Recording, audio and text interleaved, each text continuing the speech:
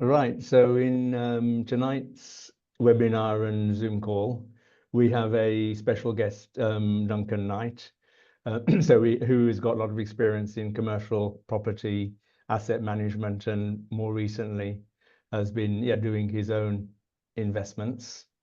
So we're going to get started straight away.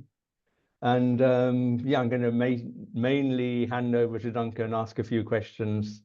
If anyone else has got questions after the presentation, then that's fine to, come on and ask some additional questions, or anyone on the YouTube can put them on the chat and we'll see what's on there.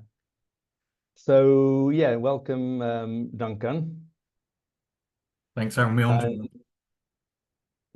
So first question, can you tell us how you got started in the world of commercial property? Absolutely, yeah. I started 12 years ago, followed in my father's footsteps, who was also qualified chartered surveyor. He started life out at Savills and was there for just over 20 years, and left to join a smaller practice, and became one of two equity partners, and is still going strong at the age of 70. That's good. So it's very helpful at times. And so I went to university, studied a real estate degree, and then got a job at Savills, straight after university. Did my 2 years of APC training to get qualified. Thankfully got through that experience. Could you just tell people what ABC training is? Because I think APC, yeah, it's not that well known. Yeah, so it's a qualification process. So it's the Associate of Professional Competence, which is it's how the RACS assess you, and sort of credit you and make sure that you are a safe pair of hands, and you're not sort of giving out sort of wayward advice without any justification. Yes. And just making sure that they sort of sign you off before they sort of release you into the world, really. So I mean, that's a 2-year process, combined of 2 years of experience, followed by a written submission, a big case study, and sort of displaying examples of what you've been up to in the 2 years, and where you've got experience and where you haven't got experience. And then it's sort of, it concluded with a big an hour interview in front of a panel of 3 other surveyors, and you either sort of you make the cut or you don't, and if you don't, you have to resit sort of 6 months later. So yeah, quite lucky to get through that process. And it's not easy. It's not easy because you do have 3 unknown people sat opposite you, who can go off different tangents and try and catch you out, and sort of really want to test your knowledge, really, but also test where what you don't know, and want to see that you put your hand up and say, I don't know this, and this is where I'd look to find out, rather than give a made up answer. So yeah, it's that's good. Yes, it's good to get through that. Back in so tell us a bit about the different roles that. So you say tell us a bit about what you're doing in Savills, and then things that you've been different things that you've been doing after that. Yeah, so Savills was just over 6 years, and that was in the sort of property and asset management space. So mainly looking after mixed portfolios for a variety of different clients, mostly over the home counties, but in London as well. And that was a mixture of residential, commercial, estate management land, farmland, and development land as well. So a real mixed bag, which was great, because you also meet some fantastic. Duncan, how would you explain asset management in, let's say, like 1 minute? Because I think for people that are doing residential property investments, the term asset manager or asset management isn't like sort of so well known. So if you could explain that to us a bit, it'd be useful. Yeah, so asset management is essentially dealing with the running of an asset, but not at a granular level. So it's above sort of property management, as it were, in a role, and you're dealing with how to extract the best value out of a property through paperwork exercises or value add development strategies or repositioning properties or assets to basically elicit the highest value possible. Okay, that's good. Yeah. Yeah. So if you like, yeah, continue with, I interrupted you, yeah, saying about the different things you've been doing.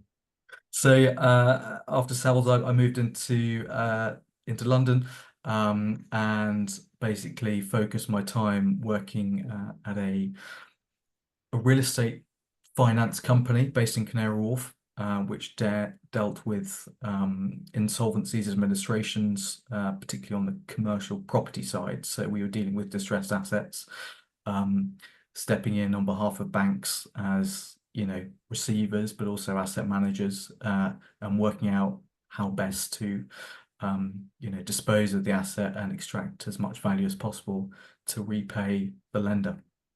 Yes. Yes. So I did that for a couple of years, which was a great experience, and then moved to a company called Glennie, who are based in East London, and they focus on the industrial market. So, we were basically working with big investors who were building these huge sheds around London, city fringe areas, along the Thames, North London, East London, South London. So yeah, we were dealing with some big investors there, pension funds, those sorts of clients who had oodles of cash, and we were basically advising them on how to deal with their investment portfolios. Okay, that's interesting. Yes. And then my last professional role was working for a high net worth as his in-house head of asset management based in Marylebone. So basically a private investor who had organically accumulated his wealth through property over a 50-year period. Assets were a bit of everything, really. We had some huge blocks of residential in central London. We had commercial, we had industrial, we had office. And when I say commercial, it spans quite a few different subsectors, but essentially it's office, it's retail, and it's industrial.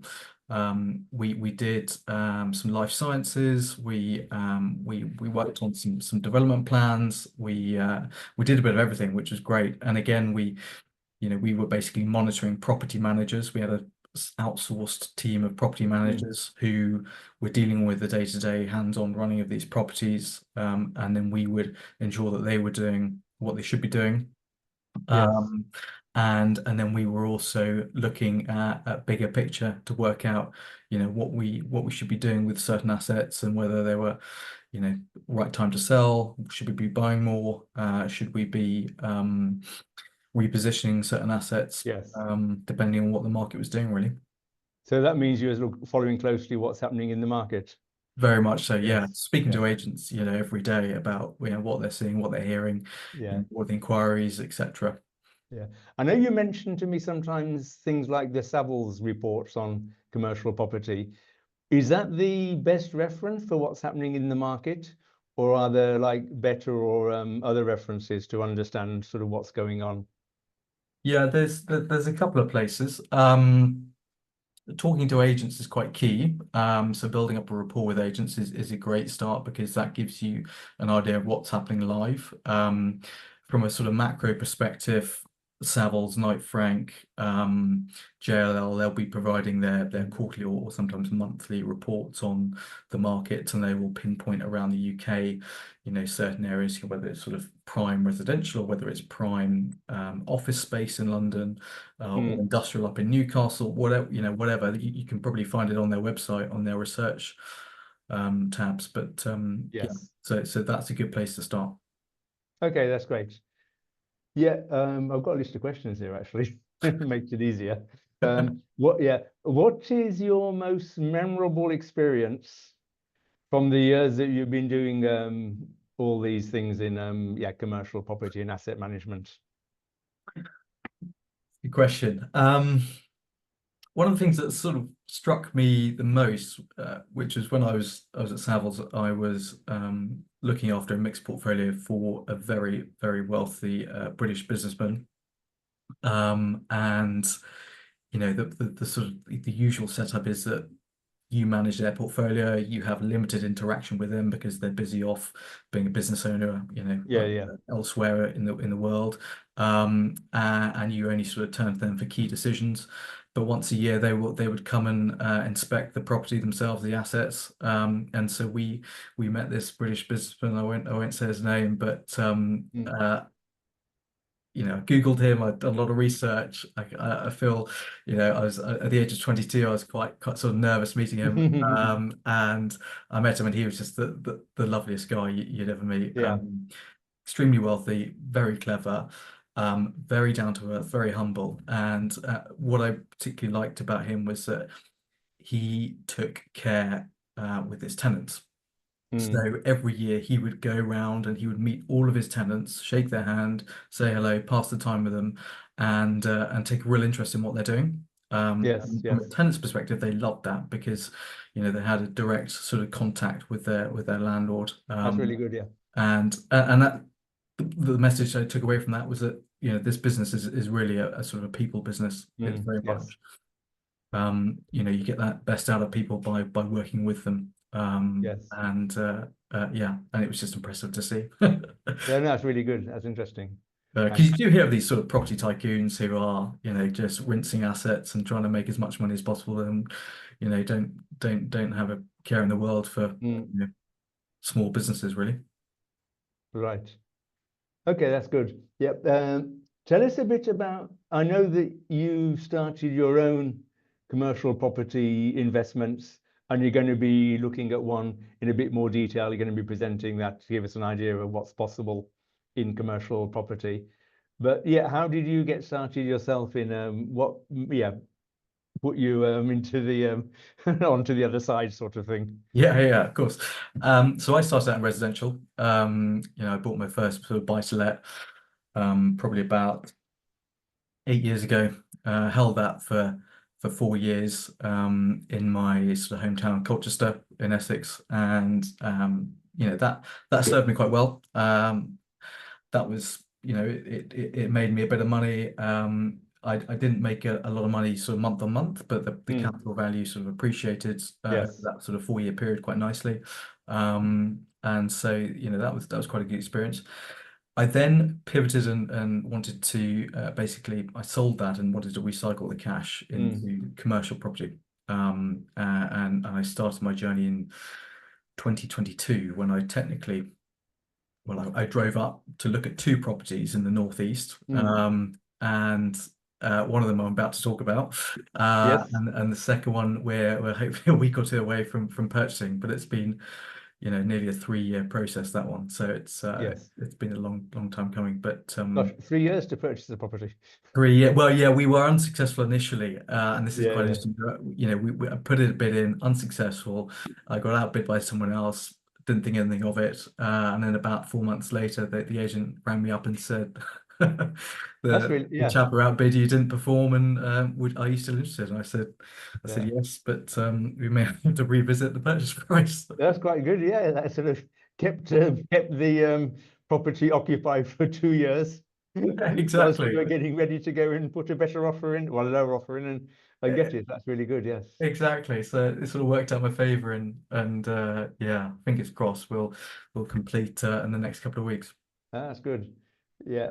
One last question before we hand over back to you for the presentation. For someone who's starting in commercial property investments, like you said yourself, you initially had a residential buy-to-let. Obviously, you got the commercial property experience yourself, but then started getting to it. For someone starting completely in commercial property investments, what would you say are the biggest challenges, things to look out for? Biggest challenges, I think education is key. My interest was piqued when I listened to basically I came across a podcast by another property investor, commercial property investor based up in Scotland, very good, and he distilled everything down on a granular basis, step by step, podcast by podcast. I think he's on 250 episodes by now, but Yes. I started listening to him. Very, very good. He got me into it, and he started residential, made the jump over, and I think he has helped people learn more. It's accessible, it's a free service. He doesn't want to make any money off the back of it. So I think just broadening people's horizons, and talking more, I think is the key. That's the challenge if you're not surrounded by those sorts of people. Yes. Okay. The second thing is more of a barrier to entry is capital. And I think the perception is you need quite a lot of money to get started, but just with residential, you can start from as little as sort of 20,000 really. So if you know what to buy really. So it's not always the case. Okay, yeah. And I'm going to add on that one, because Duncan and myself have been looking at some commercial property investments that we've been proposing to different people who are interested. We're also looking to put together, people know that we're doing the pooled BRR projects. We're also looking at putting together a pooled commercial property investment to be able to get into a larger property. But obviously, this specific one that we're thinking about, it needs around 400,000 as in the deposit. The rest will be bank finance. But yeah, we're looking at either this one or another one, opening it up as a pooled investment where several investors can come in, but obviously backed up by the experience of, well, Duncan and myself in general. I guess my experience specifically on setting up these type of deals. So most likely people already got questions. Keep your questions for the moment and write them down or keep them in mind. So I'm going to hand over to Duncan now for probably around 10-15 minutes. He's going to share his screen and speak about the investment that he made. And afterwards, we can have questions either general or specifically about this project. Trevor, I'm happy for anyone to jump in as I go through my presentation. If it helps people, they're very welcome. Yeah, I'm happy with that as well. Yeah, so let's do like that. Yeah, feel and free. And then afterwards we'll have more general questions sort of about commercial properties. Yeah, so any questions specific to what Duncan's saying, don't hesitate to speak up. Right, I will share my screen. Yep.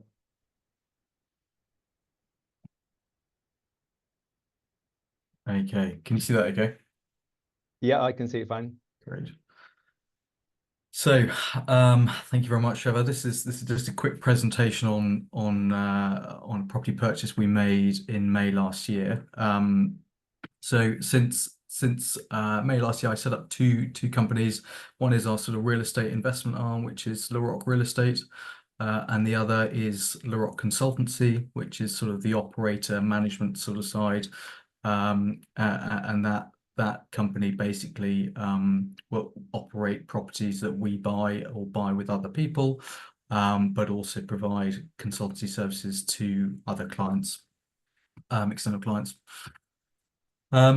So this is just a quick intro about myself. We've sort of covered most of it, but really, the aim of the game for us is to be an owner and an operator. So you have control over the investment, but also control over the day-to-day running of the property. So that's the asset and property management on the LaRock Consultancy side, and then the sort of the asset management and the investment management is through sort of the LaRock Asset Management Entity.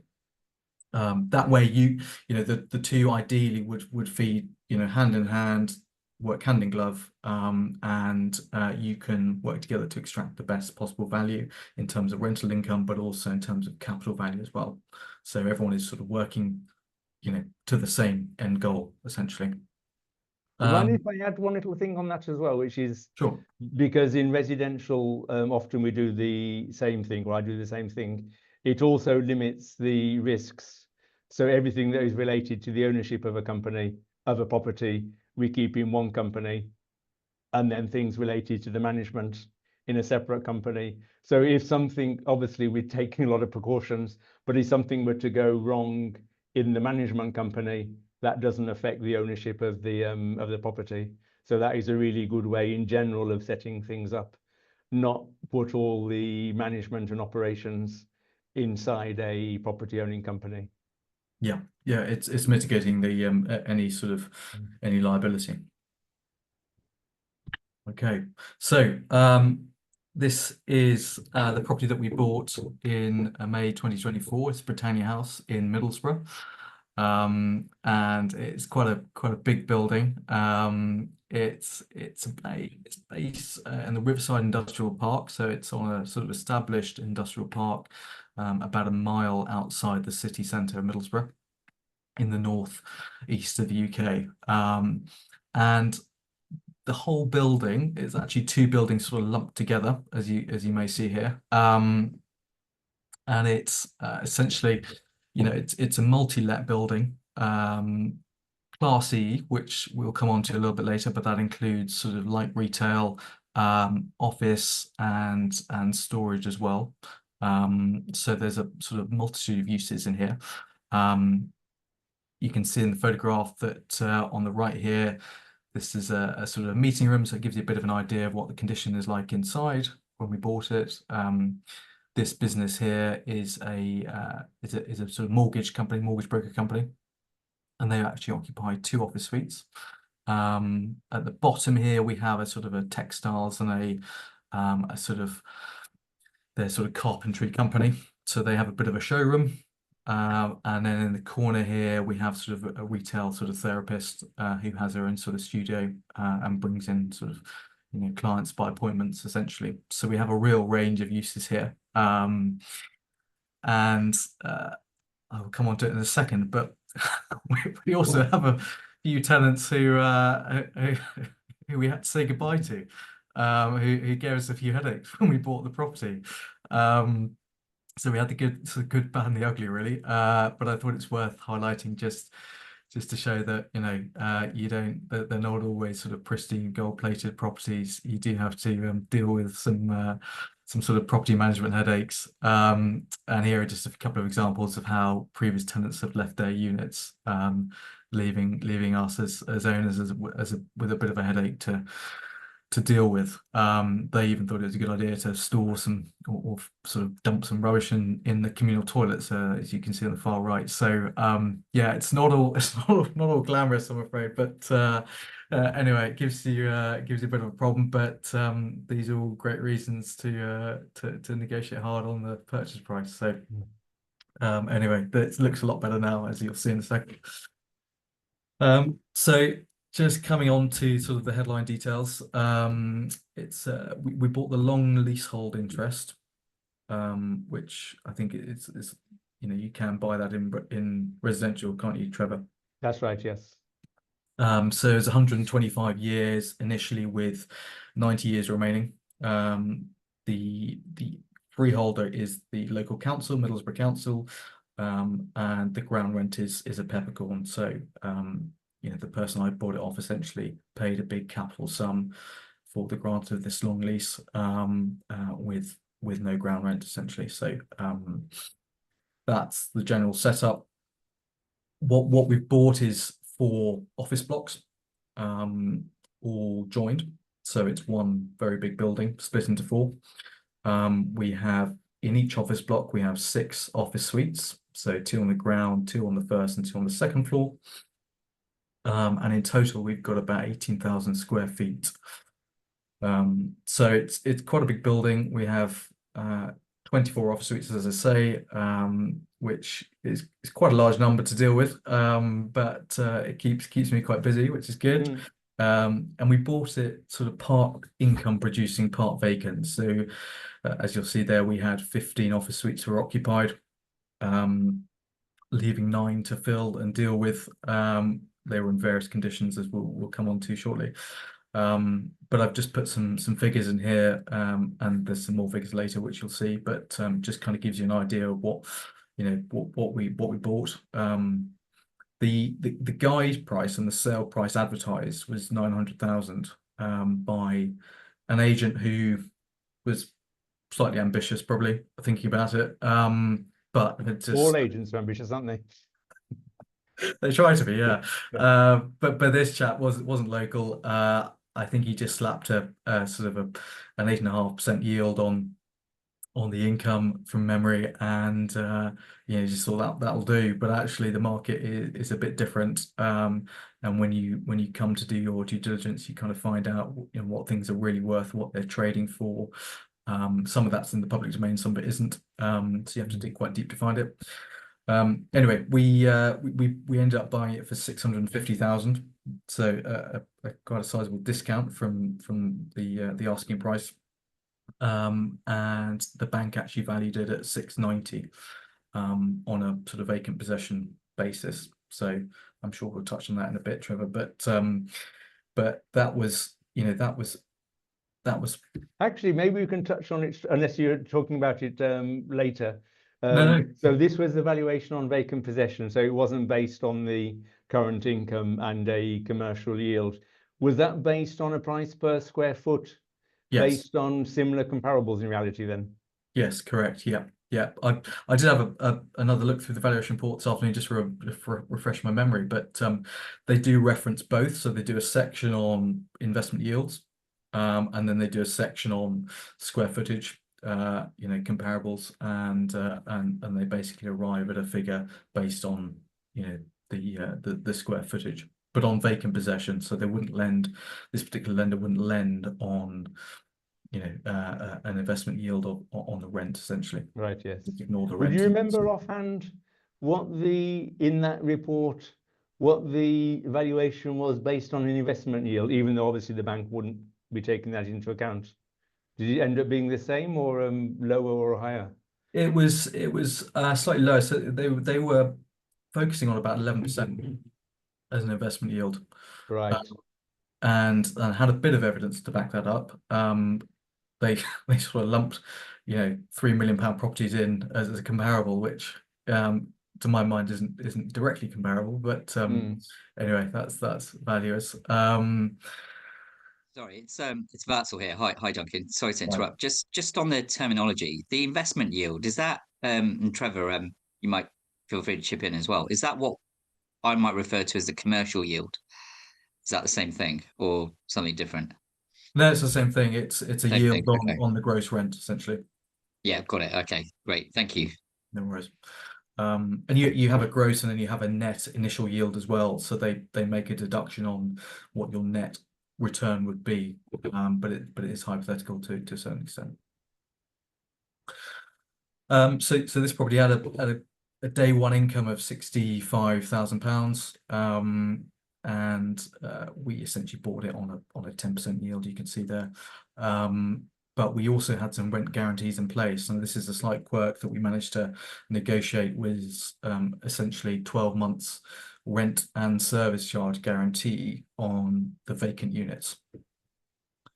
So that is expressed as a deduction on the purchase price. So we actually we had the cash back essentially, in theory, which we then used to invest in parts of the building. Yeah. Does that mean the stamp duty will be on the purchase price that was Correct, displayed there? Yeah.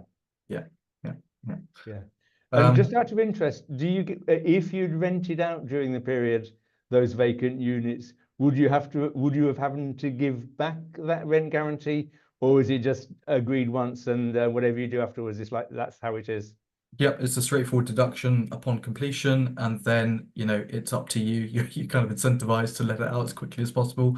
Yeah. So that you sort of get paid twice in effect. But it's it's part of the deal. So it's written into the sale contract. Oh, that's good. Yes. And also service charge as well, because the other thing with vacant offices, vacant suites, vacant properties is that here, because we have more than one tenant, that there is a running service charge for the communal areas, and the responsibility of that falls on the landlord if they are vacant. Are there business rates to pay on the vacant units in this case? There are. I mean, in this particular case, the rateable values fall below the minimum threshold. Right, because it's done on a rateable value per unit. Yes, yeah, they're all individually rated. So Okay. part of the attraction for us buying this building was that we could see A, mispriced, B, we felt that there were certain tweaks that we could make, simple tweaks to the building to relet some of these office units and to significantly push the rental income up in a short period of time, which we've had some success with, as we'll come on to shortly. Yeah, good. So there are the numbers just for everyone's sort of clarity, really. Deposit 39195, stamp duty, legals, valuations, arrangement and broker fees, 24k in total. So we're essentially all in for 220k. Yeah. For this property. Was that the sale price of your Chelmsford buy-to-let? You don't have to answer that question, by the way. No, nowhere near.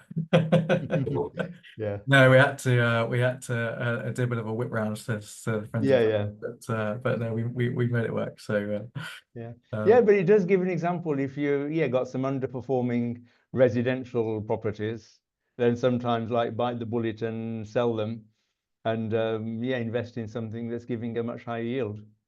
Yeah, and for me, it was more about increasing the cash flow. With the residential, the rent covered the mortgage and a little bit, but not very much. And I thought there must be a better way to put this money to use. Yeah. And stumbled across commercial, and we'll come on to the benefits shortly. But Yes. yeah, that was the thinking. Okay, great. And this is how we've, just a couple of examples of how we've added value over the last 10 months of ownership. So we've taken on some of these vacant suites. We have stripped them out. We've recarpeted. On the top left there, you can see we've repainted, put in new lights. We have put in a new sort of sink unit, water heaters, etc.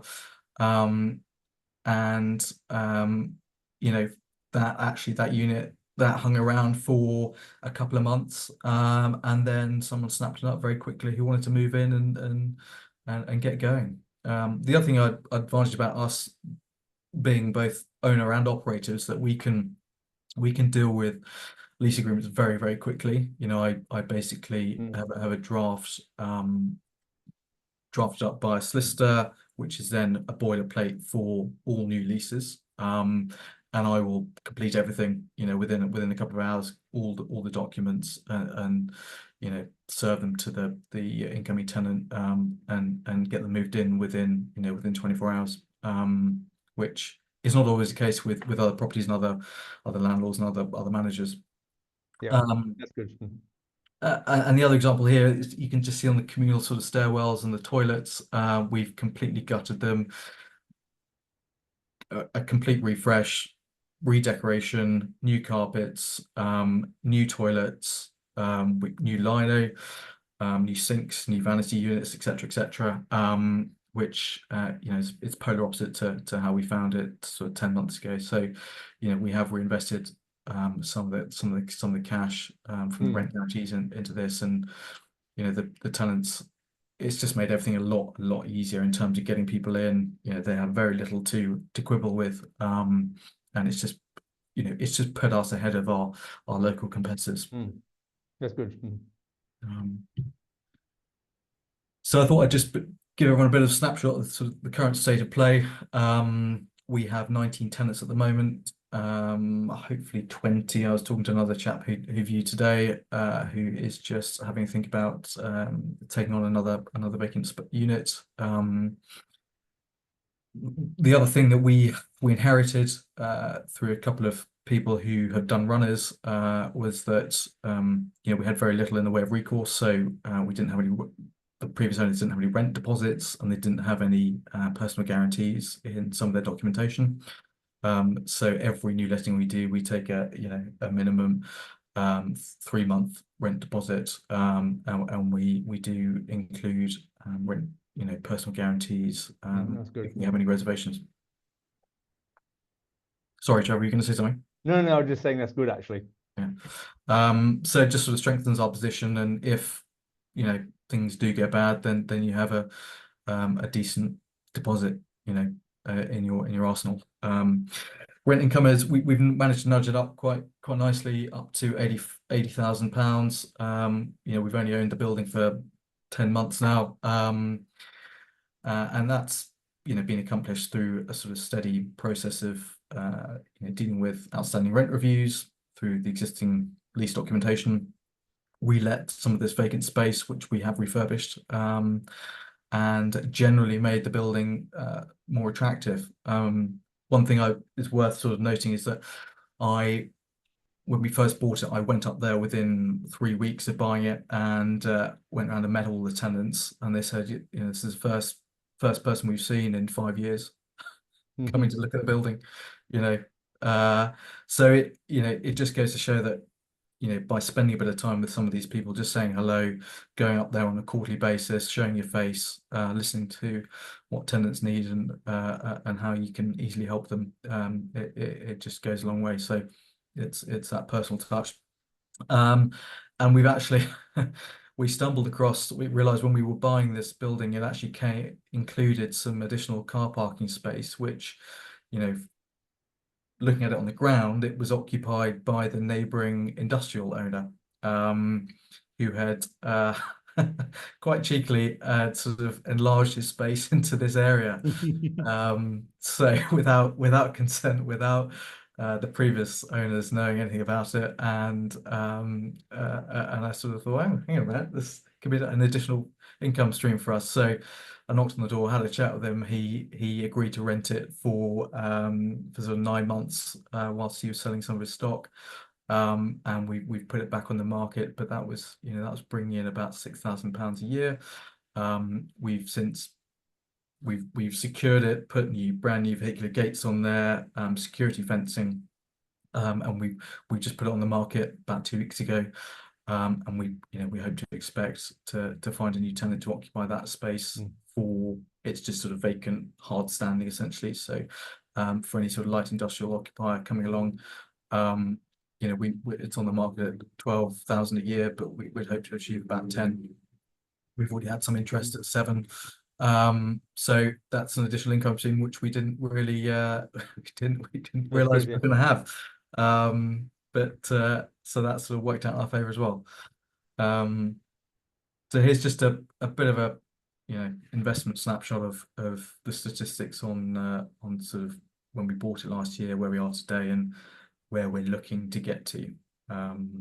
We're hopefully going to go for a refinance sort of middle part of 2027, and all being well, if our rent steadily grows, quarter by quarter, and we manage to attract some new tenants, and we hit our target of 100,000 a year, then we expect to be there or thereabouts at a capital value of 950, which would get all of our initial capital out and more if needed.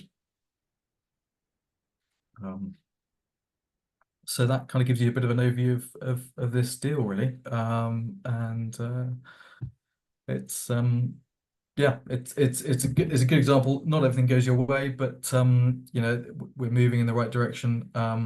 There's a lot more that we can be doing, and we're working with a limited service charge, but and also limited cash flow. But it's a long-term hold for us. We don't plan on selling this, and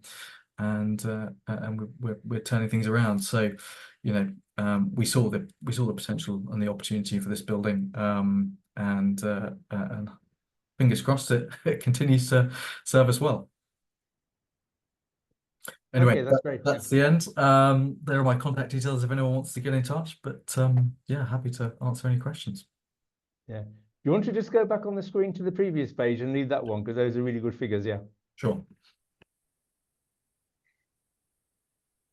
Because in fact, you're almost quite close to being able to potentially refinance and get all your money out after only 1 year in reality. Yeah, we are. We had a fixed sort of 3-year term on our mortgage, so we can't go for a refinance, or it'd be very expensive if we did. Yes. Now, but yeah, we're happy to wait until 2027. Yeah. Okay, that's good. So are there any questions, additional questions? Because some of you asked questions, including myself, during the I've actually got one question, but let's I'll keep mine So, after. Trevor, Duncan, apologies because it's Vatsal again. I turned up a little bit late, but thanks for the presentation. It was really, really, really cool. In terms of finding a property like this, Duncan, do you use a platform? Do you use a network of like commercial agents or something? How did you come across this particular property? Right move commercial, in answer Okay, to the question. And that's one of the portals that I look at. There are others, but you know, we are myself and a few other investors are focusing in that part of the world, the Northeast. And over the last 2.5-3 years, I've built up a network through agents, and I have really good rapport with them. So they send me stuff off market as and when, and I kind of do a ring round, you know, once a month just to see what's going on, get a good idea of what, you know, what's out there, where rents are, where yields are, and just sort of continually keep my hand in, really. are you quite specific about your requirements, Duncan? Does that help? Like, is it quite a focused set of requirements, or do you just look for anything that you can add value to? Generally anything.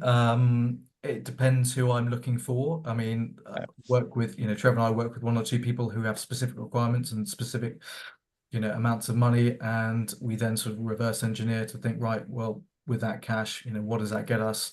You know, let's start looking at something that's 100 or 200,000 on top of that, with a view to getting that down and, you know, starting to sort of work up a deal, really. Right. And then I'm just gonna be cheeky, Trevor, just ask one final question. I'll Yeah, yeah. shut up. But yeah, so I didn't quite understand the rent guarantee thing that went on with this property, because it seemed like you were able to take that off your actual consideration for the property. So the rent guarantees were whose commitment was that to provide rent guarantees? Sorry, that's I was a little bit unsure about what was going on there. Yeah, but I probably skimmed past it very quickly. But essentially, we were going to buy 3 blocks out of 4. The vendor didn't want to sell the 4th. It was occupied by 2 tenants and had 4 vacancies. And I said, look, I'm not going to come back to you in a year's time once you fill that space. You know, either we do a deal for the whole lot now or we don't. And he said, fine, let's do it. And I said, if we do it at this price, you know, I'm going to need a rent guarantee for the 12 months for the vacant units. Right. So just a pure negotiation. And they said, fine. So in effect, they were reimbursing you for any void basically that you had after you acquired until, let's say, it was tenanted. That's fantastic. Correct. Yeah. I mean, they're Yeah. in pretty bad state. You know, Right. the landlord who would just siphon off all the cash and wouldn't reinvest anything. Um, and he actually did very little to remarket those units. So I said, look, I've got to actually spend quite a bit of money to get these into good nick and actually have any chance of securing a tenant. So yeah, that was Yeah. my rationale, really. Very good. Well done. Well, you don't need me to tell you well done. Well done anyway. Congratulations. Yeah. Great. Yeah. Well, we've Fantastic. got a few more to let, but yeah, we're it's a nice cushion. Yeah. And actually it's quite, you know, it's fairly commonplace if you are gonna you know, take over a full building with some void. So worth having in your back pocket if, you know, if you have to stretch on the price, but say, fine, well, I'll mitigate my downside by taking a rent guarantee. It's already in the toolkit now, Duncan. Thanks very much. Thanks. And service charge. Don't forget the service charge Yes. and any Yes. rates as well, because they will kill you if you if you're not covered. Right. Fantastic. That's awesome. Thank you. A pleasure. Yeah, Pleasure. my question before I forget it is capital allowances. Have you been able to claim capital allowances? Or is there anything possible to do in that area, or had they already been claimed by the previous landlord? That's good. I think they've already claimed by the previous landlord. We have very little in there in the way of sort of M&E, so no lifts, there's no central heating, there's no air conditioning, etc. When the chap I bought it off, he actually he bought the lease, the 120-year lease. It was a building site, and then he got consent to build this building. So I suspect he has, he's basically used all of his allowances when Right. he built the thing. Okay, but obviously those are things to look out for Yeah, very much so. in Yeah, general on commercial properties. yeah. So we've still got a few minutes left. Does anyone have any questions either related to Duncan's presentation or in general related to commercial property investments?